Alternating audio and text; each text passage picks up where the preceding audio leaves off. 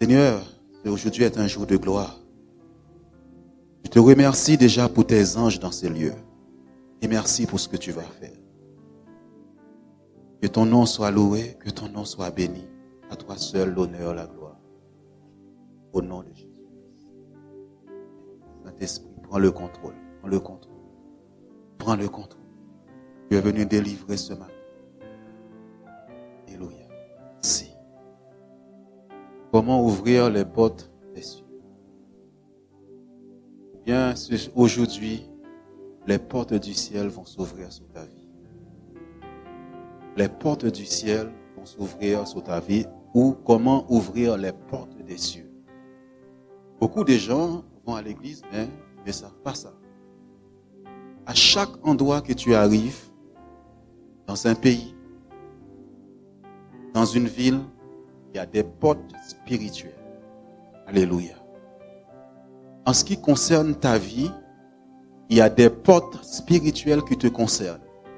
Là où nous sommes, l'église, il y a des portes spirituelles. Ce matin, et ces portes s'ouvrent au nom de Jésus-Christ. Si tu ne sais pas comment les ouvrir, d'autres vont les fermer à ta place. Parce que chaque personne dans la vie a des ennemis. Il y a des ennemis, j'ai des ennemis, que tu le veuilles ou tu ne le veuilles pas, c'est comme ça la vie. D'autres ne vont rien te faire, d'autres vont essayer de te bloquer ta vie. Alléluia. Les portes du ciel vont s'ouvrir. Il faut savoir, les portes du ciel sont liées avec les portes de la terre. Il y a des portes sur la terre, comme nous l'avons vu. Quand tes portes du ciel s'ouvrent, automatiquement les portes de la terre s'ouvrent. Et aujourd'hui, c'est ce message que Dieu m'a donné. J'entends même pas un amen.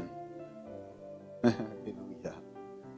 J'ai envie de prendre ce chant avant de commencer. Je reconnais. Il va te montrer sa gloire, qu'il est Dieu, qu'il est le créateur du ciel et de la terre, que rien ne t'est impossible. S'il n'était pas le Dieu de l'impossible, je ne serais pas son serviteur. Et que rien ne t'est impossible. Seigneur, fais-moi voir ta gloire. Seigneur, nous voulons voir ta gloire ce matin. Seigneur, mon frère, ma soeur veut voir ta gloire. Ta gloire. Merci Seigneur. Ta gloire. Il est le même Dieu hier, aujourd'hui, éternellement, et il n'a pas changé. Seigneur, fais-moi voir ta gloire. Alléluia. Ça a été ta prière. Je veux voir la gloire de Dieu. Alléluia. Dieu a entendu ta prière. Tu verras la gloire de Dieu. Gloire à Dieu, merci. Nous ne servons pas un Dieu mort, mais un Dieu vivant. Pas un Dieu imaginaire, mais un Dieu vivant. Je suis venu te dire que Dieu est vivant, il est réel. Ce n'est pas seulement de ma bouche, toi-même tu dois pouvoir témoigner que Dieu est vivant et réel dans ta vie. S'il n'est pas réel, et à un moment donné tu vas lâcher. Mais si à un moment donné tu as une vision réelle de Dieu, tu vas t'attacher à ce Dieu. Je ne te parle pas d'une église, je ne te parle pas d'un pasteur, je ne te parle pas d'un homme, je te parle de Christ, du Créateur. C'est lui qui t'a appelé, c'est lui qui t'a choisi. Et Dieu veut se montrer. Alléluia. Que porte les yeux s'ouvrent sur ta vie, sur cette église, au nom de Jésus-Christ. On va voir comment cela fonctionne. Les jeunes, parfois quand on commence dans la vie, on dit que la vie est dure, la vie est compliquée. Mais vous n'avez pas besoin à combattre les jeunes à l'école. Dieu vous a doté d'intelligence. Il faut que les anges de Dieu vous accompagnent. C'est tout. Dans le camp de Dieu, il y a le succès, la réussite. Moi, j'aurais aimé connaître Dieu plus tôt. J'avais tellement de talent. Dieu m'avait tellement béni Mais j'ai gaspillé ce talent parce que je ne le connaissais pas. Ma famille ne connaissait pas Dieu. Si ma famille connaissait Dieu, aujourd'hui, je peux vous garantir, je serai plus loin de ça. Amen. Luc chapitre 3, verset 21. Tout le peuple se faisant baptiser, Jésus fut aussi baptisé. Et, pendant qu'il priait, le ciel s'ouvrit. Tout le peuple se faisant baptiser. Il est important le baptême dans ta vie. De te faire baptiser comme ces jeunes qui vont se faire baptiser, passer par les eaux du baptême bientôt. Vous savez, lorsque le Saint-Esprit nous dit des choses, c'est que ça a un enseignement derrière cela. Toujours un enseignement, une explication. Et la Bible dit, pendant qu'il priait, le ciel s'ouvrit. C'est-à-dire qu'avant que Jésus prie, le ciel était fermé. Quand on dit le ciel s'ouvrit, c'est les portes. Pendant qu'il prie, le ciel s'ouvrit. Quand tu pries, tu ouvres le ciel. Ton ciel peut être fermé. Il y a des gens qui ne prient jamais. Quand tu pries, le ciel va s'ouvrir. Quand le ciel s'ouvre, il y a des choses qui se passent. La rosée du ciel, les bénédictions de Dieu viennent sur ta vie, qui viennent arroser ta vie. Les anges de Dieu peuvent monter et descendre. Là où tu es dans une ville, là où tu es placé dans un pays, il faut que les portes des cieux s'ouvrent sur ta vie. Parfois, on prie beaucoup, mais ça ne nous concerne pas les portes du ciel. Les portes du ciel sont importantes. Genèse chapitre 28, verset 1er. On va voir comment, justement, Jacob, il a fait un songe. Il a eu un songe. Jacob partit de Beer-Sheba et s'en alla à Charan. Il arriva dans un lieu où il passa la nuit, car le soleil était couché. Il y prit une pierre, dont il fit son chevet, et il se coucha dans ce lieu-là. Il eut un songe, et voici, une échelle était appuyée sur la terre, et son sommet touchait au ciel. Et voici, les anges de Dieu montaient et descendaient par cette échelle.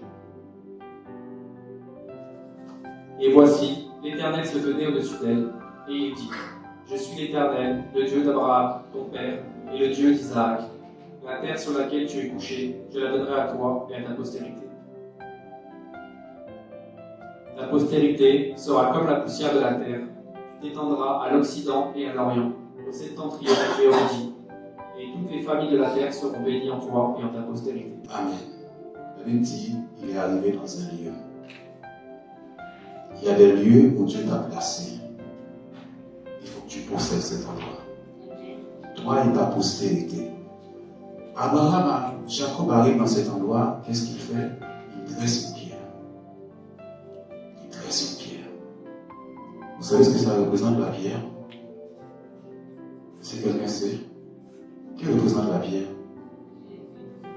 Amen. Jésus est la pierre angulaire. Le rocher. Est-ce que dans ta chambre, tu as placé une pierre de prière dans ta chambre? Dès qu'il a posé cette pierre, il voit une échelle. Les ciels s'ouvrir, il voit les anges monter et descendre. Les anges doivent monter et descendre dans ta chambre. Tu dois avoir ça dans ta chambre. La terre où Dieu t'a placé.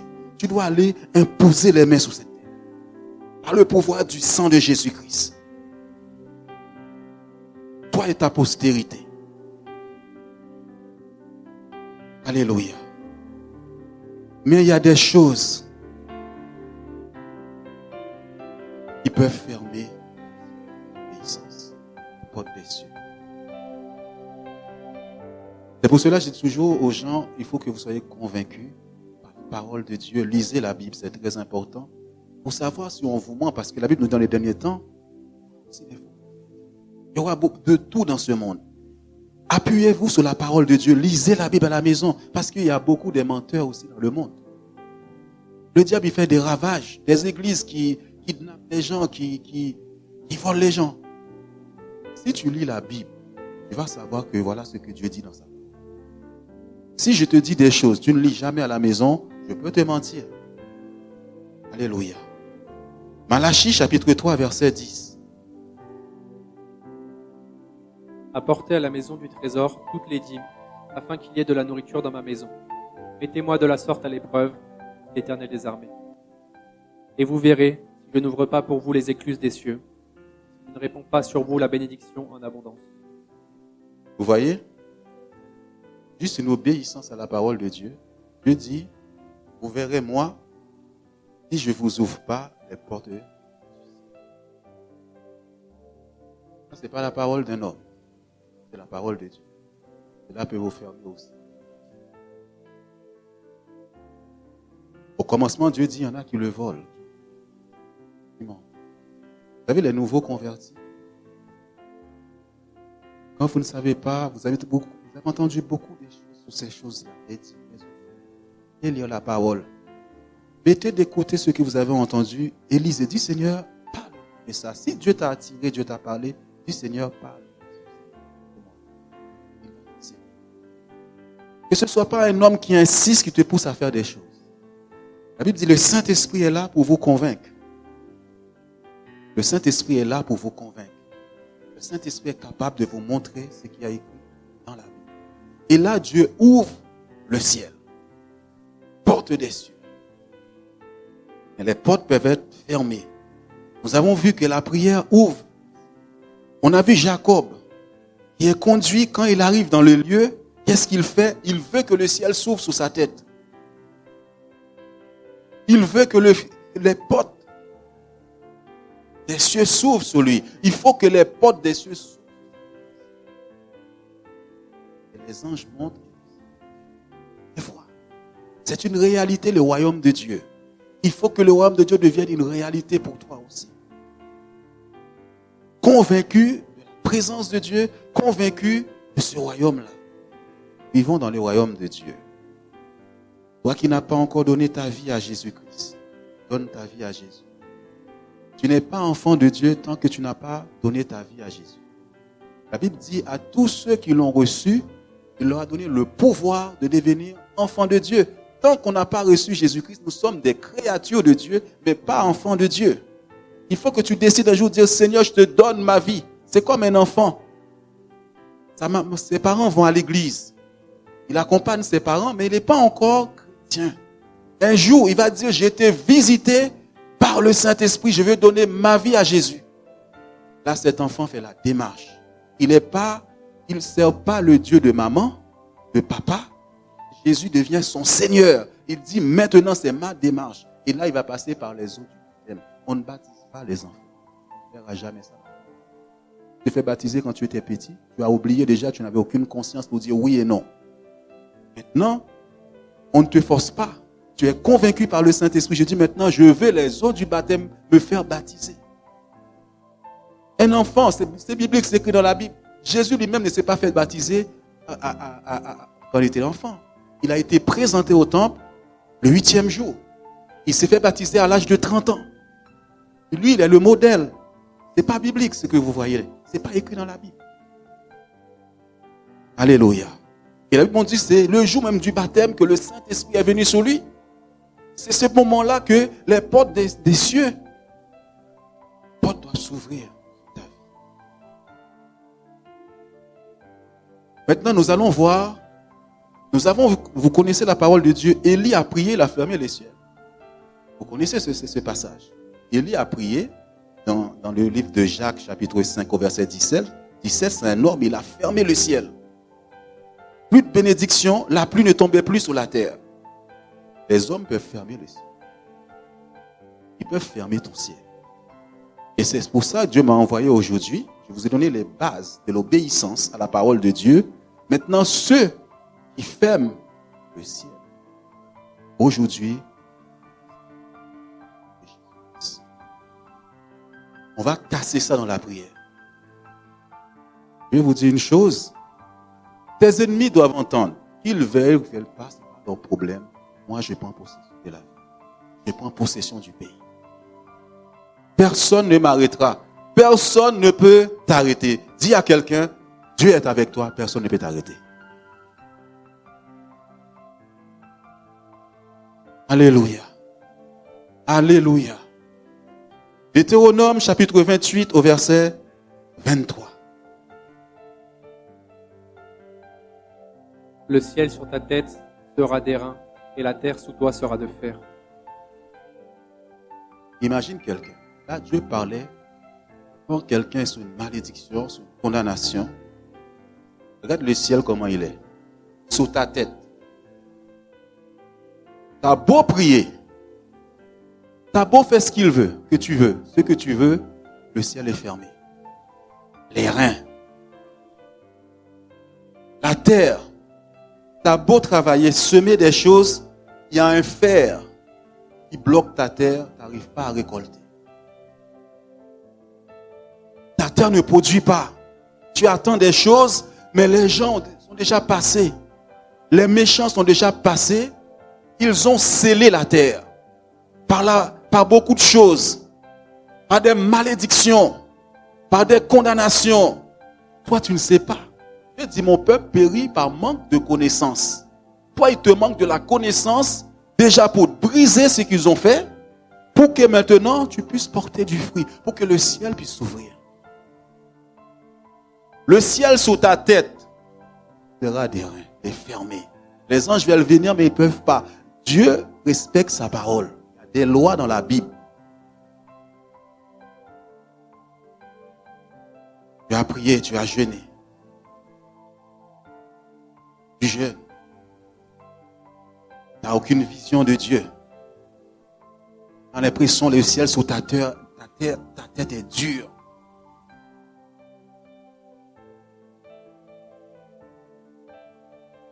Comment cela est venu sur ta vie? Dieu va poser, vous voyez, le ciel sera d'airain et la terre sous toi sera de fer. De fer.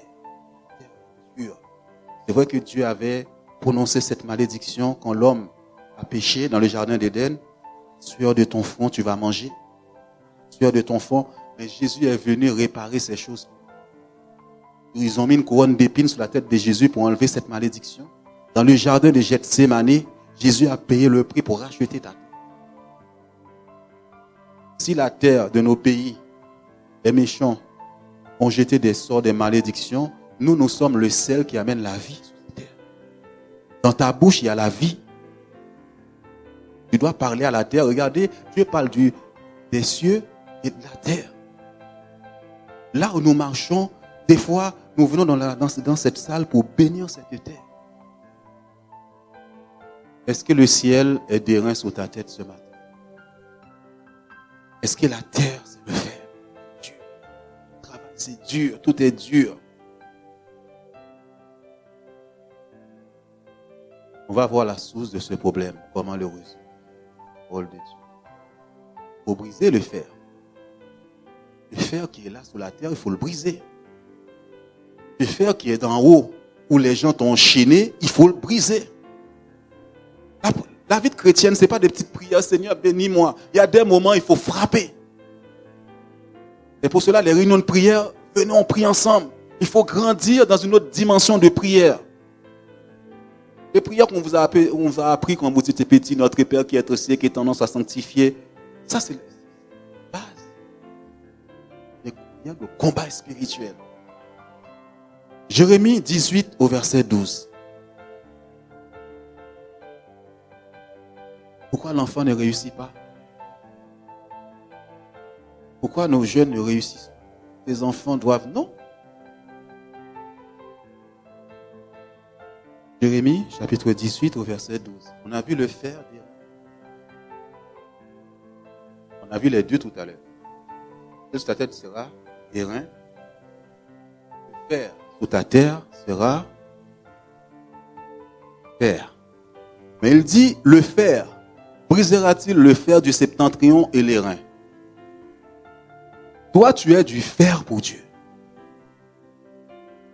Fer. Dieu fait de toi une puissance dans sa main pour briser ce fer, justement. Mais ce fer n'est pas n'importe où.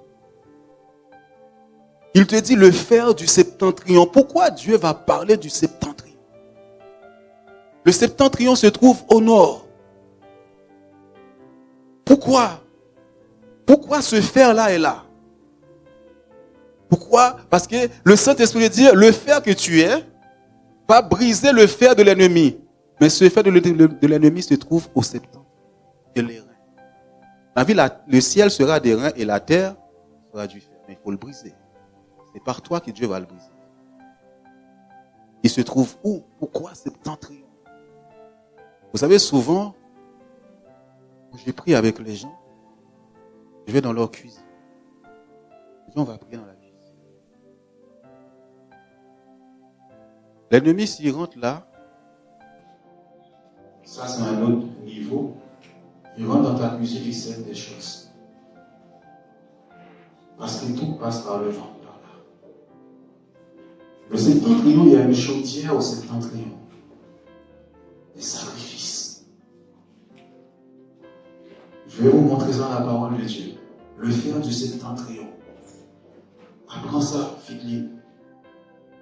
Alors, lève-toi dans la cuisine. Il y a quelques années, il y a quelqu'un qui voulait beaucoup à ma vie. Il ne voulait pas que je réussisse du tout dans ma vie. Et cette personne, j'avais l'habitude d'écrire pour cette personne. On me demandait, Jean, est-ce que tu peux lui écrire telle lettre, une lettre de motivation? J'écrivais pour cette personne.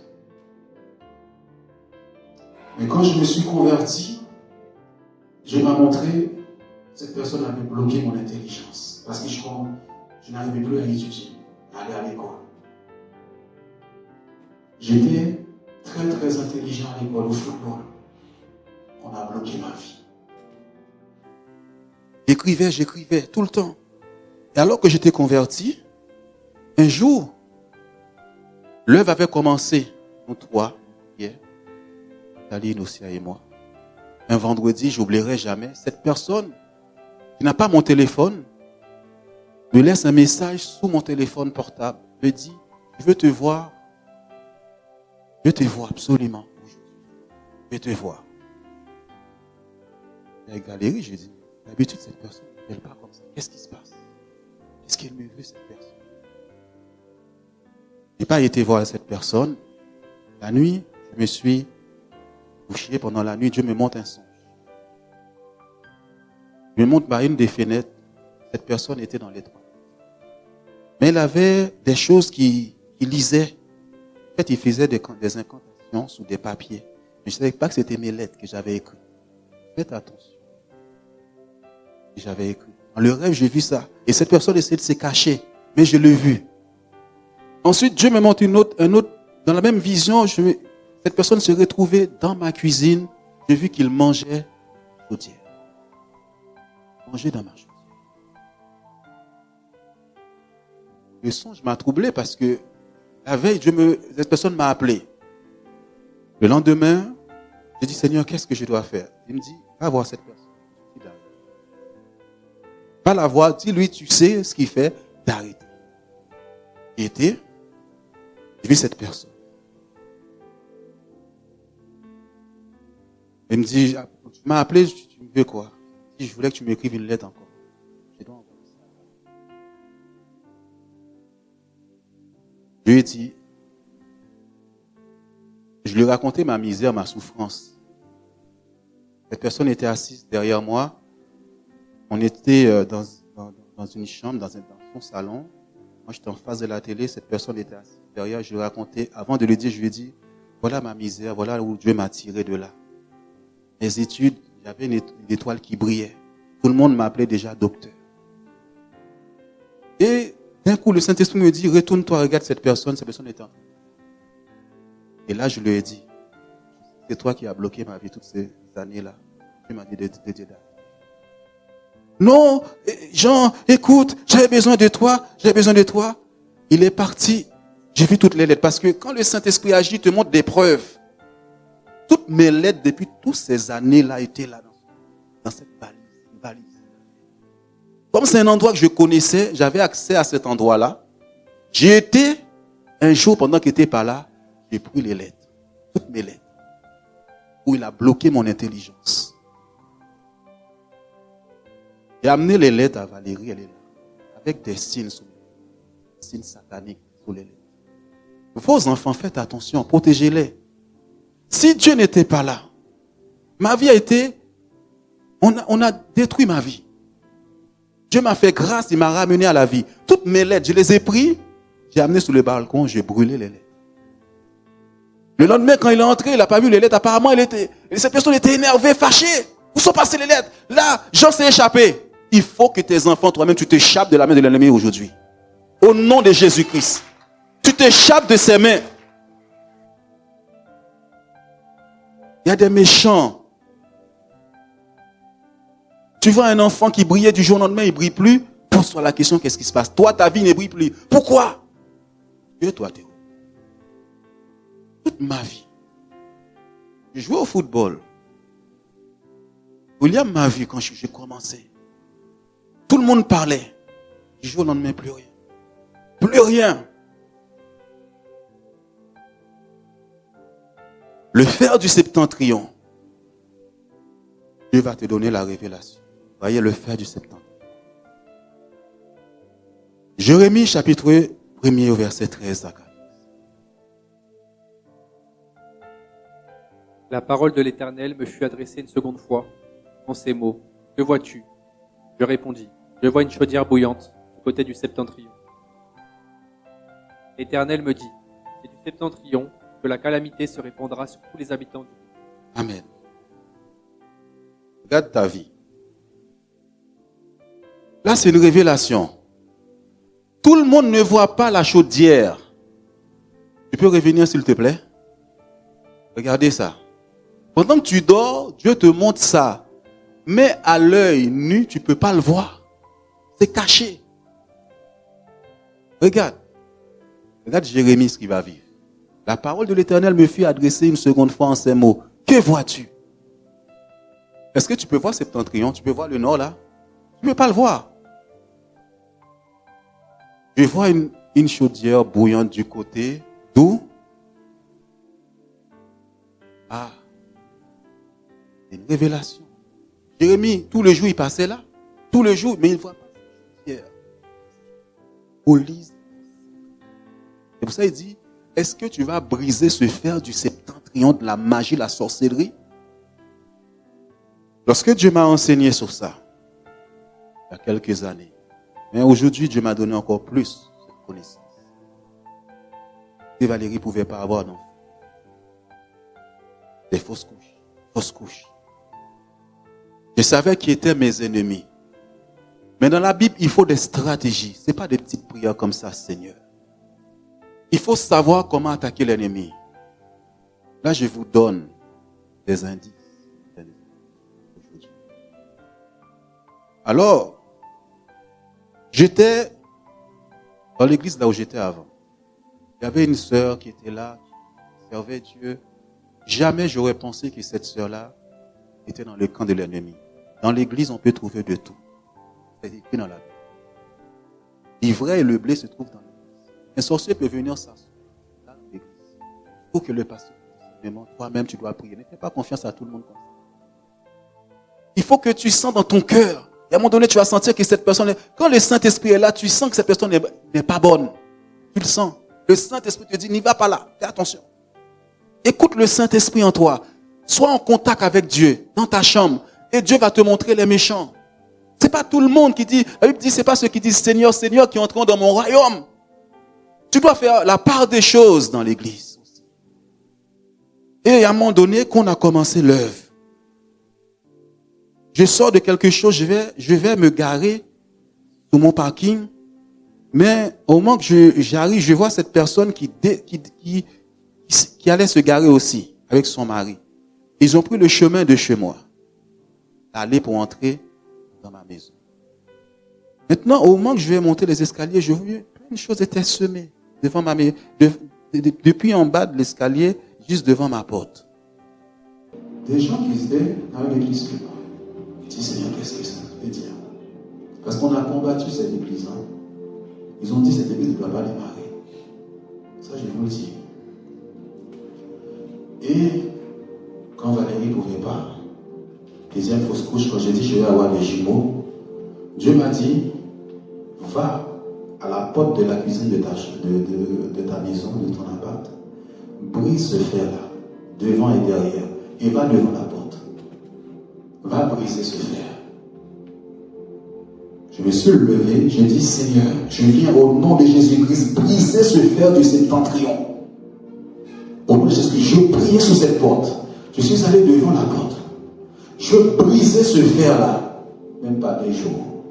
Il fallait retomber enceinte. Est-ce qu'on peut acclamer le Seigneur ce matin? Le fer du septentrion. Il y a une soeur, il n'y a pas longtemps, qui m'appelle au téléphone et me dit, Jean, j'ai vu des choses dans la maison. Des choses. Je dis, quand je suis passé chez toi, j'ai le vu, mais j'avais pas le temps. Je suis parti. Pas devant ta porte de la maison. Pas prier là. Cette personne n'était pas bien à la maison. Je dis, répète cette prière. La sœur peut venir témoigner un jour ici. Je dis, tu brises ça. Tu as ça. Au nom de Jésus-Christ. Dans la journée, tout est parti. Devant la porte. Alors, septentrion, il faut briser le fer. Septentrion sur ta vie. Pourquoi septentrion? Il y a une gloire. La gloire, les choses de Dieu, c'est une porte qui vient de là. Là, devant la porte, symbolise le soleil, le vent. Là où le soleil va se lever. Avant que tu te lèves, il y a des gens qui se lèvent avant toi.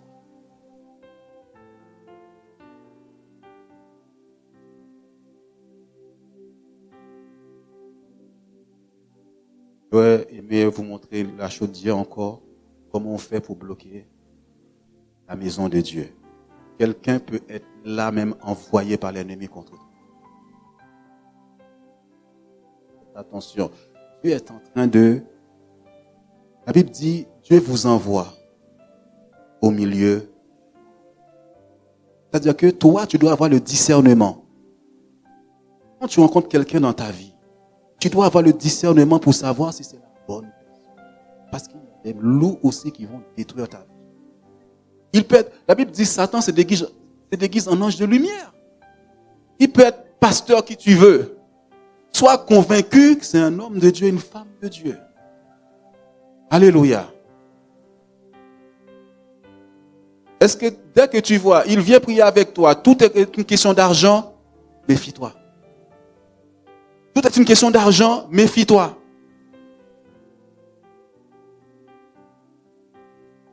Est-ce qu'on peut le prendre vite fait? C'est dans Ézéchiel chapitre 8.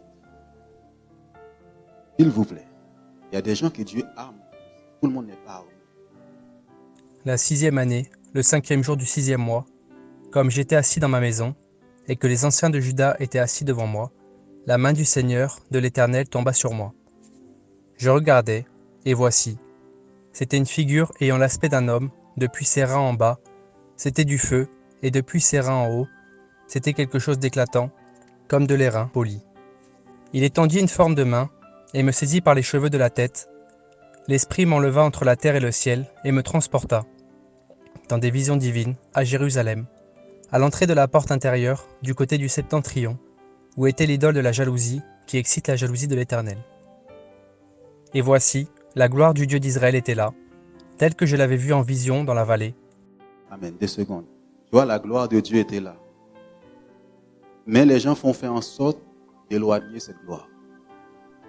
Ils font en sorte d'éloigner la gloire de toi.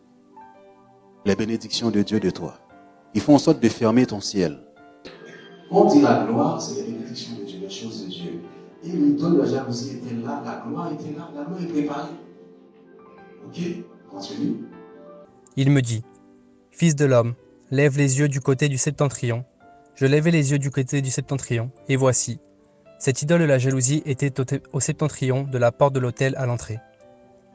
Et il me dit, « Fils de l'homme, vois-tu ce qu'ils font, les grandes abominations que commet ici la maison d'Israël, pour que je m'éloigne de mon sanctuaire? Mais tu verras encore d'autres grandes abominations. » Je ne vais pas prendre tout ce chapitre parce qu'il y a beaucoup d'autres révélations dans ça. Pour que je m'éloigne, pour que ça s'éloigne de toi, s'éloigne de l'église, s'éloigne de tes enfants, s'éloigne de tout. La maison que tu dois recevoir, les choses que tu dois recevoir, s'éloigne. L'église, tout s'éloigne de l'église. Alléluia. S'éloigne pour que je m'éloigne. C'est pas que Dieu ne veut pas. Dieu est venu avec la gloire. Mais tu n'es pas consciente. À cette porte, il y a des choses qui se passent. À cette porte de ta vie, il y a des choses qui se passent. Tout le temps, tu tombes enceinte, et bien ça tombe. Voilà. Cette chaudière doit être brisée. Le fer doit être brisé. Un sorcier n'est pas plus fort que toi. Tu es plus fort qu'un sorcier des méchants. Dieu t'a armé. La présence de Dieu en toi, la puissance de Dieu en toi.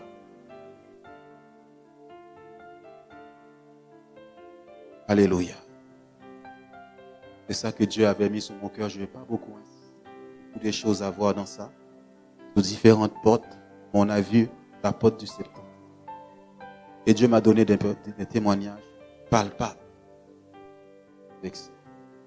La sœur qui m'a appelé au téléphone, qui avait ce problème, j'avais prié dans la cuisine et puis le lundi, elle m'appelle au travail pour me dire, Jean, voilà ce que je vois, c'était visible ce qu'elle pouvait voir devant la porte de cette maison.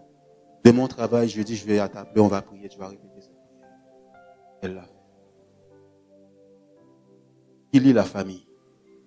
Il lit tes enfants. Il bloque toutes ces choses. Le bras des méchants doit être brisé. Au nom de Jésus.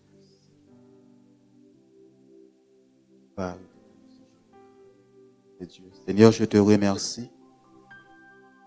Je te remercie. Je te bénis. Je te rends grâce. Cette parole. Merci, car tu as déjà déployé tes anges à l'entrée de chaque maison pour briser le fer. Alléluia.